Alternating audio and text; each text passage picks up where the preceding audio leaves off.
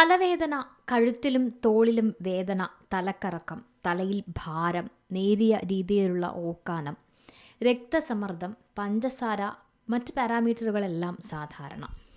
ചെറുപ്പക്കാരിലെ vitamin B12 കുറവുകളാണ് ഇതിന് പിന്നിലെ കാരണം. വൈറ്റമിൻ B12 കുറവ് കടുത്ത തലവേദനയ്ക്ക് കാരണമാകും. വൈറ്റമിൻ B12 അളവ് കുറയുന്നത് എന്തുകൊണ്ടാണ് തലവേദനയ്ക്ക് കാരണമാകുന്നതെന്ന് നോക്കാം.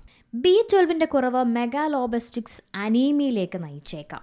അവിടെ ശരീരം അസാധാരണമായി വലിയ ചുവന്ന രക്താണുക്കൾ ഉൽപ്പാദിപ്പിക്കുകയും അവ ശരിയായി പ്രവർത്തിക്കാതിരിക്കുകയും തലച്ചോറിലേക്ക് ഓക്സിജൻ കൊണ്ടുപോകാനുള്ള കഴിവ് കുറയ്ക്കുകയും ചെയ്യുന്നു. ഈ കുറഞ്ഞ ഓക്സിജൻ ഉള്ള രക്തയോട്ടം ഹൃദയത്തിൽ നിന്നും കൂടുതൽ രക്തം പമ്പ് ചെയ്യാൻ കാരണമാകുന്നു. ഇത് ഹൃദയമിടിപ്പ് വർദ്ധിക്കുന്നതിലേക്ക് നയിക്കും.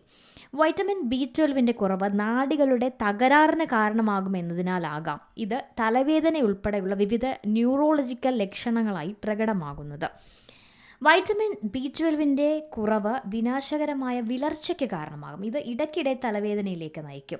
ചുവന്ന രക്താണുക്കളുടെയും DNA ഉൽപ്പാദനത്തിന് B12 അത്യാവശ്യമാണ്. അതേസമയം ചുവന്ന രക്താണുക്കളിലെ ഓക്സിജൻ വഹിക്കുന്ന പ്രോട്ടീനായ ഹീമോഗ്ലോബിന് ഇരുമ്പ് ആവശ്യമാണ്.